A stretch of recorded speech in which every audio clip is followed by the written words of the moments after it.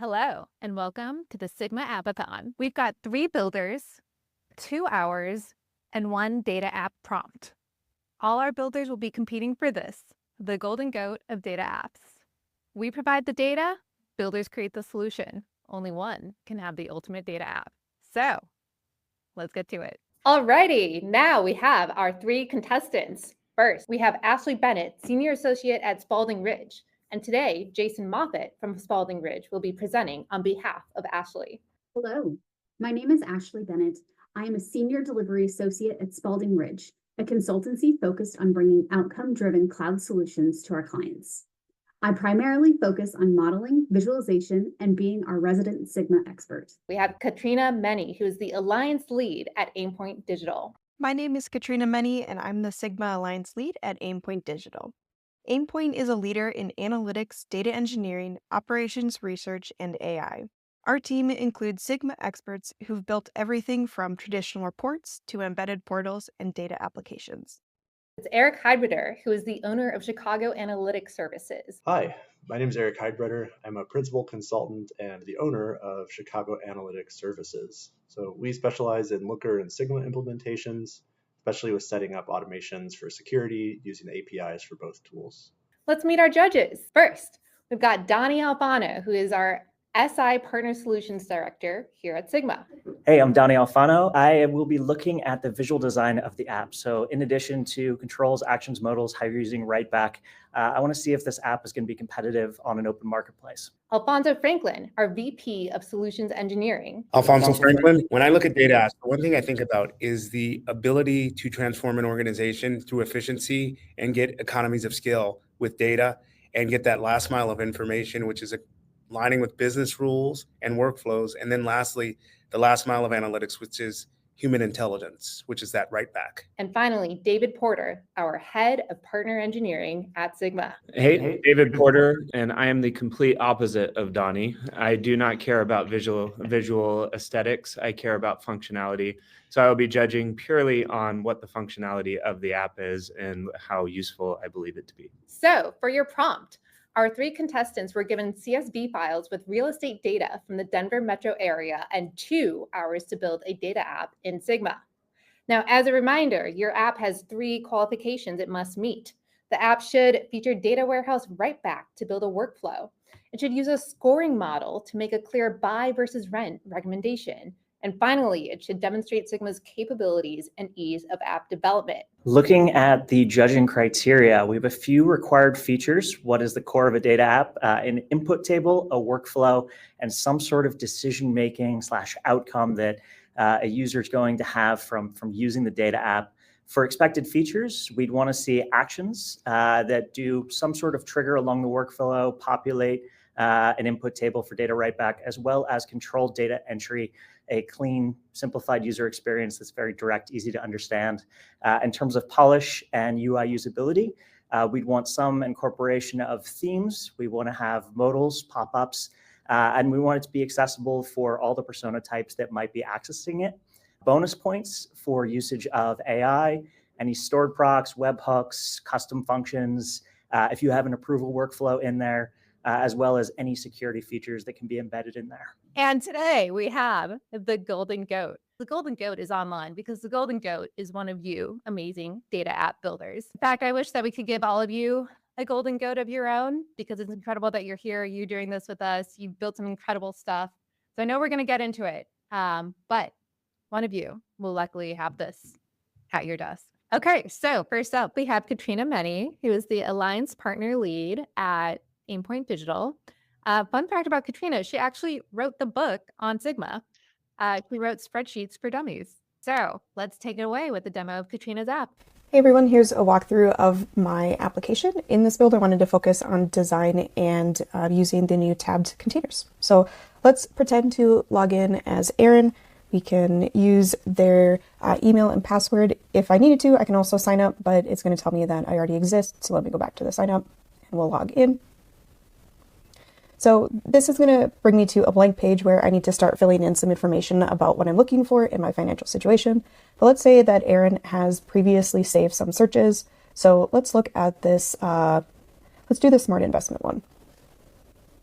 As you can see, Sigma is going to load the previous selectors or the previous information that has been populated in here, can also adjust this and then save a new one as needed.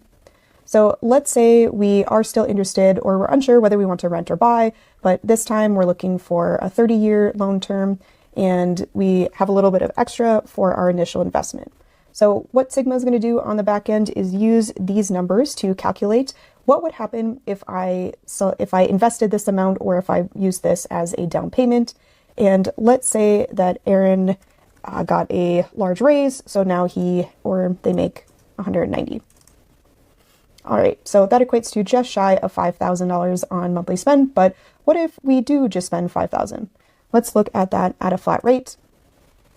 And actually, as we all know, houses often include more expenses than just the listed price, so let's add in $250 for utility and go up to $200 for an HOA, and let's also add $250 for monthly maintenance.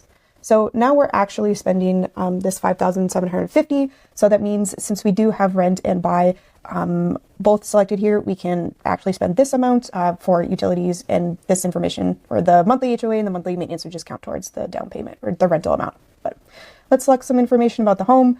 Looks like we were looking for two baths last time. Let's include 2 bed, and we don't want any amount. Let's kind of narrow it down to this range. So fewer results, and last time we were looking for lower costs, but again, with that raise, let's go with a higher amount. Want to do something a little bit fancier and maybe a little bit more walkable, but school districts are kind of the same. So let's see our results. And in here in the back end, Sigma is showing us what the change in the net value would be based on if we took that dollar amount and invested it, if we were renting, or if we purchased a house, and what the house would appreciate for. So looks like most of those changes are all positive because we've got a pretty decent initial investment and a rather large amount of money we can spend on a monthly basis. So let's really reduce it and we can start to see some of the differences here. So yeah, it looks like most of these places we just can't even afford. It's too expensive. The monthly cost is going to be too much. We'll be needing to dip into our savings for all these sorts of things. But oh wait, looks like there's one for sale that might end up. Let's click on both of these so we can see where they are. Looks like there's one right across from the Space Force base, and that might be why it is so low. But for now, we can look at the rest of our listings. When I'm done with this, again, I can save as before, or I can sign out.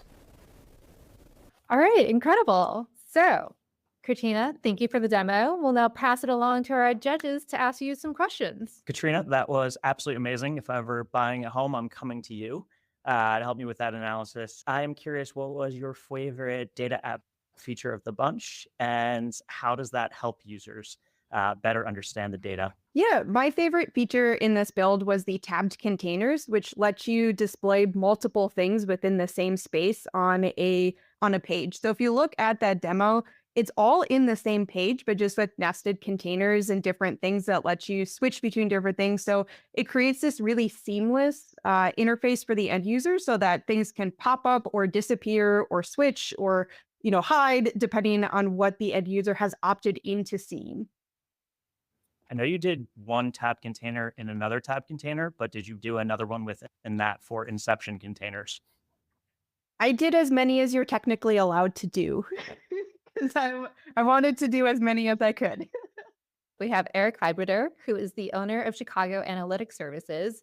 Eric is here to present his app. So Eric, why don't you tell us a little bit about what you built? Yeah, so what I built was a rent versus buy calculator. I was inspired by a lot of websites because I'm actually looking at renting versus buying right now. So I was inspired by a lot of websites where you can go in as a user and check out whether the location that you're trying to rent or buy is actually worth it, depending on the neighborhood you're in. So I took a user-focused approach to say, let's have a user come in, enter some information about themselves, about the location they're looking for, and then get some really helpful information back by just clicking through modals and seeing some information about the actual housing data that we're hosting behind the scenes. Very exciting. Let's go check out your demo. Welcome to my rent versus buy calculator. The way I've got this set up is that a user can come in and select their city and neighborhood preference and enter some information about themselves to determine whether it makes more sense to rent or buy in a certain area. So in this, I'm just going to select some things here. We'll check Boulder, and I'm just gonna pick a random one. Green Creek. Let's say I have 20,000 saved up for a down payment. I don't have any other savings. I've got near prime credit. We'll stick with a 30-year fixed mortgage, and all of these I'm going to leave. These are just the defaults that I've set for all these different rates. If you have better information, you can update these, but I'm just going to leave them as default for now. When we click See Results, it's going to show us a little visual here that says renting makes more sense unless you hold on to the home for X amount of years. So in this case, after 16.8 years, it makes more sense to own the home versus renting. And the way this is calculated is by determining whether the equity in your home will increase more than the savings that you would have had invested in an account getting about 4% returns. So if we select Show Underlying Data here, we can go in and we can actually see the full readout of all of those values. Otherwise, we can hit Next in this modal, and we'll see KPIs for our readout. So at the end of a 30-year loan period, here's what you would have accrued in home equity versus invested savings, and here's how much you would have spent on the home versus on rentals. And the home costs are a combination of a lot of different factors: maintenance, utilities, all that stuff, HOA fees. So it gives you both a trend analysis and KPIs in here. And if you'd like, you can go back to the calculator, and it'll take you back here so you can tweak your previous results or start fresh. Thanks. Hope you have fun playing with my rent versus buy calculator. Eric, one of the things that I always look at, and we won't go into the actual lineage here, but I always ask to show the lineage. And I think maybe if you can walk us through, like, what were the building blocks of the workbook that you did here, and maybe you can give us a verbal overview of how you actually built this. Yeah, definitely. It's a great question. And verbal walkthrough, I'll try to keep it high level as I can. There's going to be more calculations and stuff that I'll like skip over, but essentially we're starting with, I think I only used the housing data. There were some extra things that I would have pulled in if I had time to clean the data, stuff like that.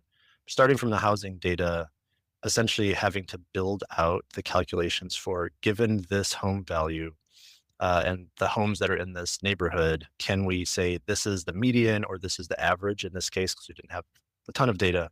What's the average home price in this area? What's the average rent price in this area?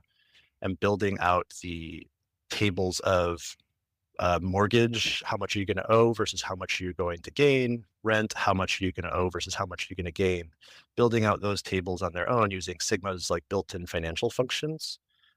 So those tables are sitting behind the scenes to kind of power some of those visualizations you're seeing in the app. Next, for our judges, we have a data app that Ashley Bennett, who is a senior associate at Spaulding Ridge, built.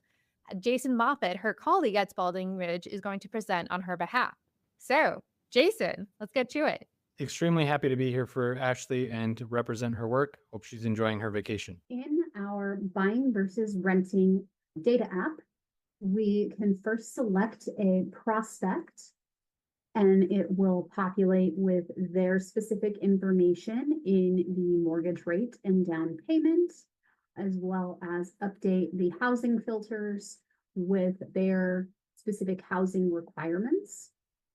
And then from here, you could populate information manually if you had that on hand, or we could go to select a house for sale or for rent, and we can examine what's available. Maybe I'm interested in this one here in West Hill, and now I'm ready to select a house for rent, and maybe compare it to this one here in Greenview, and go back and see that these two particular houses will be cheaper to rent until year 7, at which point buying is definitely cheaper.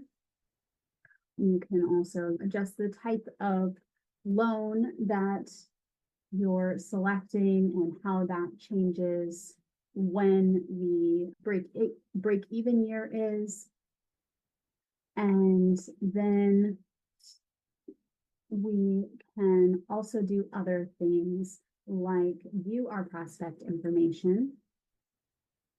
And from here, we could view their possible neighborhoods that they would be interested in, or we could update the prospect, say that the amount extra that they've saved, well, they've been able to save a little bit more. So let's just go ahead and say they have 50,000, and we will go ahead and update our prospect.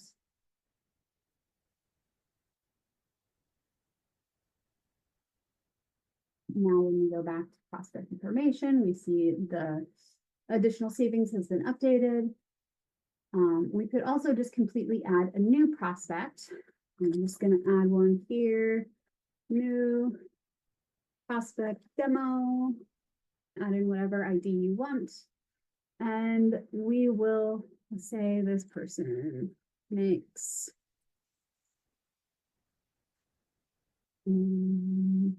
just fill in some domain information. Let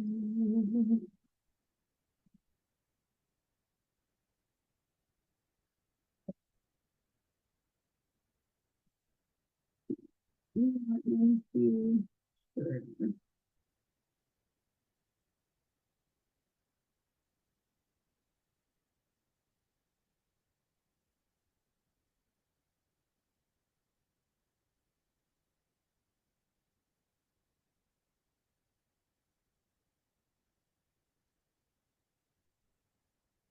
We have our new prospect has been added. We've also selected them, and we could go ahead and select new houses for sale that meet their criteria.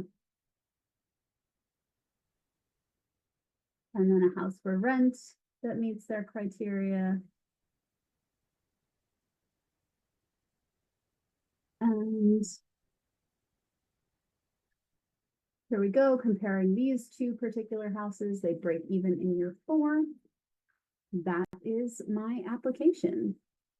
All right, that was an incredible presentation. Jason, thank you for being here on behalf of Ashley today. I'll pass it over to the judges now to ask you some questions. Jason, thank you again for joining us. Really enjoyed the video of the data app. But, as we are moving into this world of clicks versus code, can you talk a little bit about what skills you think are important or valuable when you're building these types of applications? Like, what is applicable these days? Yeah, it's a great question. And for me, what comes to mind is just a couple of different things, but familiarization with the data ecosystem, you don't need to know the ins and outs of it, but just being able to understand the underlying constructs of the data and just having a baseline understanding, I think is extremely helpful to be able to pull that data in and do these things with it. More than that, what I see is the soft skills around the communication and the storytelling, because that's really what's coming together at this point in time to be able to make these accessible and approachable for a lot of different audiences, and conveying the intended story behind the data really to improve that decision making. I would say lastly, it's the adaptability and the willingness to learn. I mean, this space is moving so quickly, and there's always new advantageous things like these data apps within Sigma. They're a good example of just the advent of new, incredible, powerful technology that we have available to us. So, Jason, it sounds like if you know the data and you understand the business, you can build a data app. That's exactly right. It's very approachable to anybody who has those skills right there. All right. Well, across the board, really great job. We were actually talking, one of the cool things about this type of challenge and then the type of product that we have is that everyone can have the same prompt and you can wind up with 3 different personas and 3 different app outcomes. Eric, what you built, how you went for simplicity and how you went for an app that could be used just right off the bat by somebody. It could be used by a real estate agent, could be used by a renter. We really liked what the presentation was on that and how the answer was just right up front. And the workflow that you did of going from modal to modal to modal was really nicely done. Ashley, the ability to select a couple of different houses, the ability to add houses, add different profiles to the application, and the ability to continually go back and look and see what you had done before. The app was really nicely built, very well presented, very easy to understand, and just overall a very nice app that had a lot of functionality kind of even hidden in it, like the ability to add neighborhoods and the ability to add neighborhood rankings and things like that. Just a lot kind of crammed into 2 hours, which is really impressive. And then Katrina, we were joking if you could just have gone four tabs deep on your containers, it would have been maybe just a little bit nicer. But overall, just a very beautiful app. You did a very great job, just from the sign-in process all the way through to being able to save searches and go back and look at those previously. So without further ado, I'm going to hand it over to Alfonso, and he is going to crown the golden goat. But first off, a huge congratulations and thank you to each and every one of you for putting in the effort to put this together. But, you know, unfortunately, there can only be one golden goat. And so I feel like there's a little bit of suspense in the room and a little drum roll. And the Sigma Data Apps golden goat is Katrina Mini.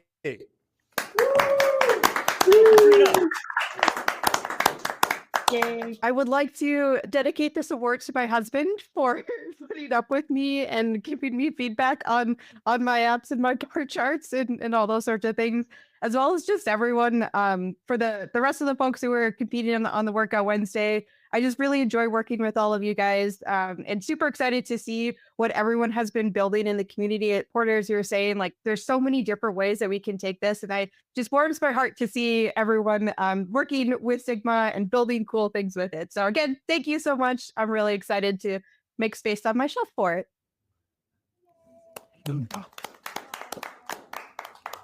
Thank you, everyone, for joining us today here at the Appathon and here at our virtual conference. It's been such a pleasure to share with you the art of the possible with data apps. You're seeing what companies like Blackstone and DoorDash are doing to really take control of their data and build those custom tools that work for their organizations. We've got the components in Sigma to help you make it possible.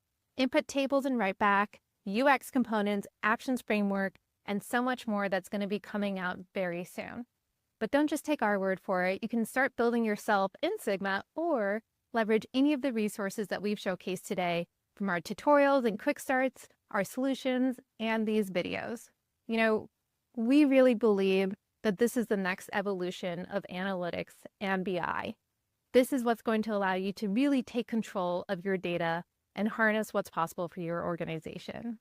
So it's been a pleasure having you here, and we'll see you next time.